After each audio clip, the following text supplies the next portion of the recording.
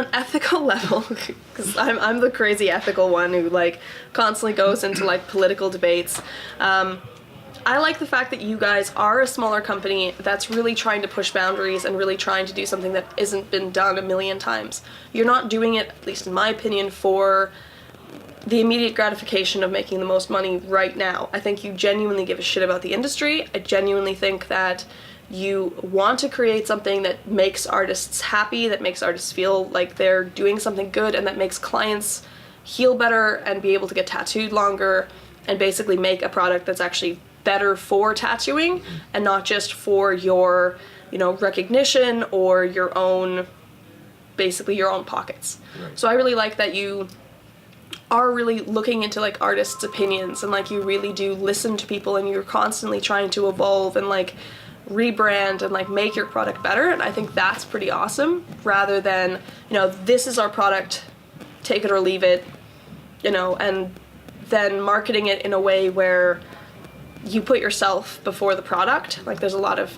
aftercare companies that really do market themselves and then the product, and I like the fact that you guys don't do that, and like you really put the artist's needs before anything else. More companies need to start working together. Yes. I think people need to start communicating better. I don't think this industry needs to be as secretive as it has been. We have an oversaturation of artists coming into the area and into the market and into tattooing overall.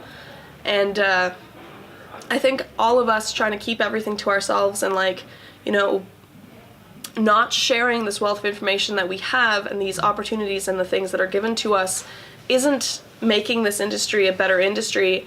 If anything, it's just making more scratchers and more tattoo artists that have absolutely no idea what they're doing. Yeah. And there are professional shop artists that are scratchers. Like, people, the minute they think scratcher, they see someone at their house tattooing with no training, but you can be a scratcher in a tattoo shop, and there's plenty of them in Hamilton if you look around, and if you, like any city. Yeah. Like, you can have a full apprenticeship, you can go through professionally, you can do everything right, and you can still be a scratcher because you're not getting the correct information. And there are too many shops that are taking on apprentices that don't actually know what they're doing in the first place, and they shouldn't be teaching each other, and they shouldn't be teaching. So I think it is our responsibility, out of respect for this industry that we love, to actually give out the information and to make sure that people who are in this industry are being forced to be better. They're being forced to push themselves. They're being forced to have the information like abundantly clear to them so that they can do what it takes for them to improve. Yeah. And I genuinely think by giving them all of the tools to succeed, they're more likely to leave the industry because they won't be able to stack up, right, than to keep everything from them and give them a whole pile of excuses and reasons that they can say, oh, well, I don't know this because so-and-so won't tell me, or I can't find it online, or, you know, I wasn't taught this. If we give them everything, they have no reason to say, like, oh, well, I don't know. Like, you do know better. And that's going to push them, at least in my opinion, to sink or swim, rather than to coast by and be able to say, well, like, I don't know how to do it any better. Yeah. The industry has changed a lot in 10 years.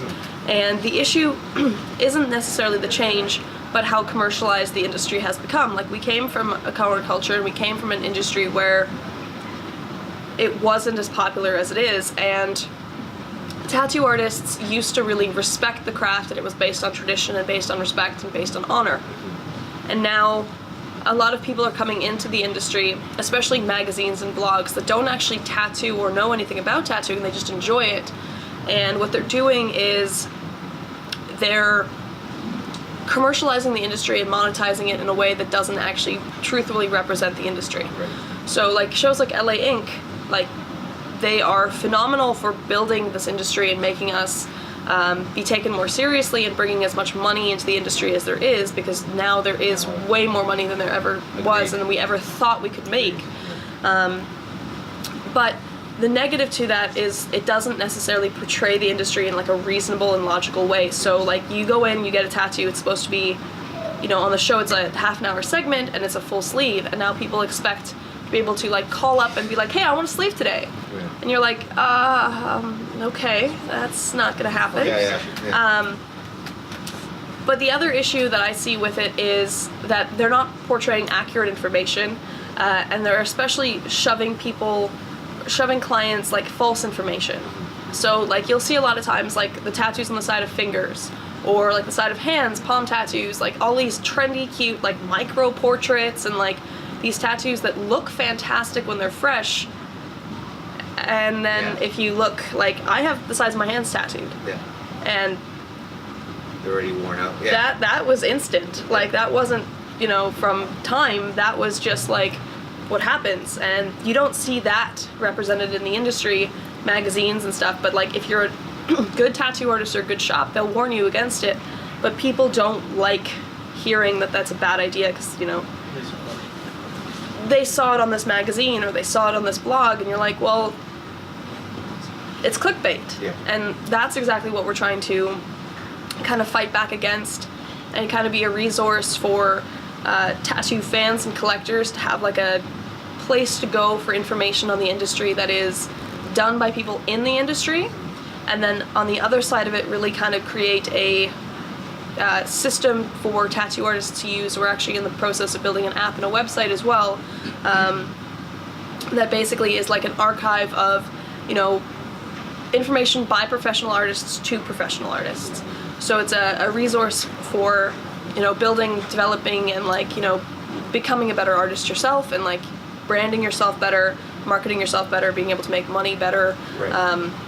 You know, things that we need to talk about in this industry, and we should be helping each other out, but as of right now, it's not really happening. It seems like in the industry there is it is a transitional period from what it was to what it is now. Now it's kind of I don't know what it is. It's a big mashup. I think society is like that in general. Yes. Right? I think right now, overall, I think the whole world is in a weird place. Yeah. And our industry is definitely a good representation of that, because like we do have such polar opposites on so many topics. Mm-hmm. And that's one of the things we're kind of playing with, is like the like head-to-head debates in the industry. So like you get somebody who's very passionate about coils, and then you get somebody who doesn't give two fucks about coils. Yes. And you put them in a room together, and like you say the word coil, and like you're gonna have a, you know, epic battle between the two of them, where like they want to kill each other over something as trivial as you know, what machine we're using. Like we're not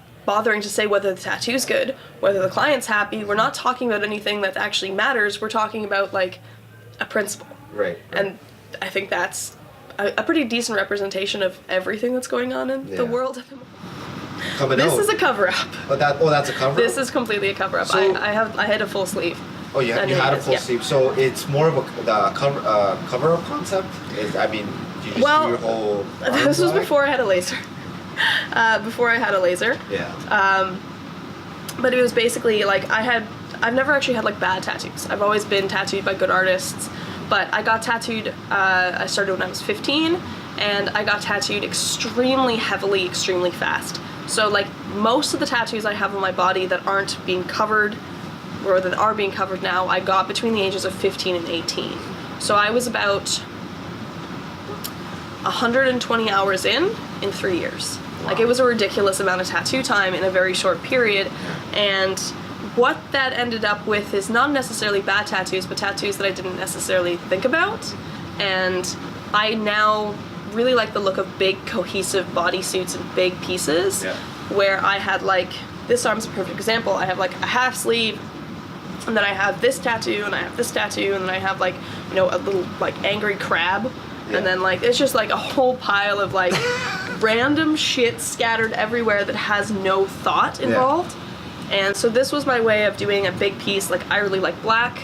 I really like big black work pieces. So like this was a perfect example, or a perfect like mesh of like, I have to cover something. It ends up looking really cool, and I like it because it's one big cohesive piece. And now we're basically kind of doing the rest of my body to kind of have like a cohesive bodysuit feel with a lot of black work.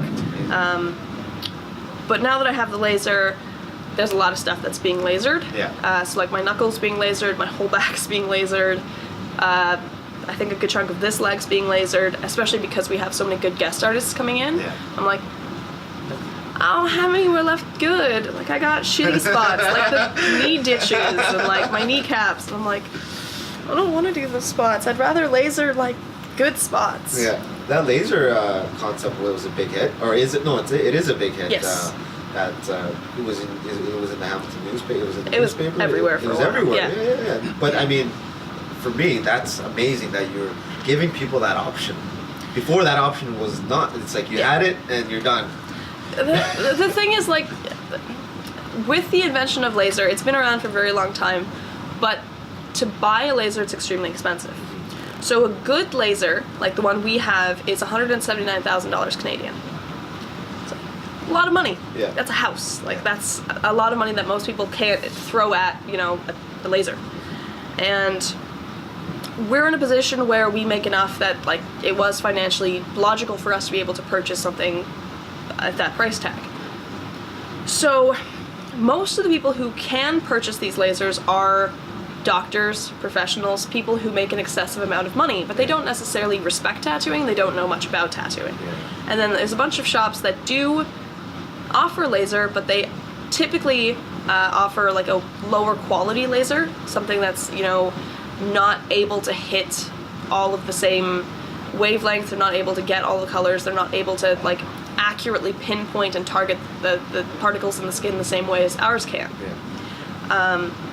And then you get into like the whole crazy science side of it and like different wavelengths and different, you know, depths and like what metals are in the inks and what metals aren't in the inks and like how you target it and how fast, and like there's a whole science to it that you have to really invest time into learning in order to accurately do it. It's not just like pew pew pew shooting lasers, which everybody thinks it is. But it isn't actually that expensive to run the machine. It's actually quite inexpensive to actually run the machine, and like there's nothing else to it basically. Like you don't have to have setups, you don't have to have massive supplies, it doesn't cost a fuck ton in inks. It takes a few seconds. Like you can do multiple removals in a few minutes. Right. Once the machine's on and it's heated up, you can just continuously like client out the door. Yeah. You have to clean up between clients, but it's not bloodborne pathogens. It's, you know, gloves and surface barriers and some cavicide and like minor things, but it isn't like, you know, I have to tear down a whole tattoo setup, I have to take these needles out, I have to throw them in the sharps container. There's not like a 15-minute tear down period. It's like a 5-minute, like here, let me wipe some stuff down, put something else out, and the next client. So you have the machine and it's boom. Yeah. Well, So the biggest investment is the machine. So why more companies don't dump the prices down, and why more companies don't offer it free in certain situations, I don't know. Right. But I think the reason being is because everybody who has these lasers has a larger amount of money, no one is being able to come in and compete with them and say like, I'm going to compete on pricing. It's a monopoly. So yeah, and the minute somebody comes in and has the option of being able to say, you know what, this is ridiculous pricing, like 1,000% markups at least, I'm like, there's no reason for that. So we dumped it down to, I mean, ours we still make a good profit on, but it is like half or more than like what the other places are charging, but we're still making good money. Yeah. And you know, we're beating everybody else around us. So it has definitely brought the market to more people, because now everybody can really afford this rather than like the select few. And like everybody can afford shitty tattoos. Yeah. So I feel like everybody who can afford shitty tattoos should be able to afford, you know, good laser treatment, not laser treatment that's going to leave them with weird scars and like only get half the tattoo and then they have like a weird bubbly gross mess. Oh. So I mean, I feel like that might be worse than the bad tattoo in the first place. No, that's a really good thing. I might bring my wife by. She wants a cover-up done, but now that you guys have a laser, see that's where the option of getting this. It's just I love it. It gives you more options Yeah. with cover-ups. So I mean, like we can hit a thing once or twice, and then we can cover it with whatever we want. There you So go. I mean, like rather than being like, okay, well, you have this little tiny thing this big, but it's in a weird place on your arm. So your option is basically a big black creature, or like a big black rose, or a big black something, and like the trend is big black. Yeah. You can say, okay, let's hit it once, and that costs you, you know, for something this size, I think our price for something like that size is like $70. Okay. So we hit it once for Yeah. $70, and then it drops it down to, 25% darkness, and then you can put anything. Yeah. And you're like, oh look, I can put a pretty flower. Just opens the or I door can up, put yeah. like pinks, and I can put like lilacs and yellows, not just big black. Big black, yeah. Oh, that's beautiful. So it definitely gives you more options and gives you the ability to do more rather than big black square. Cross it out. Yeah. Bad idea written underneath.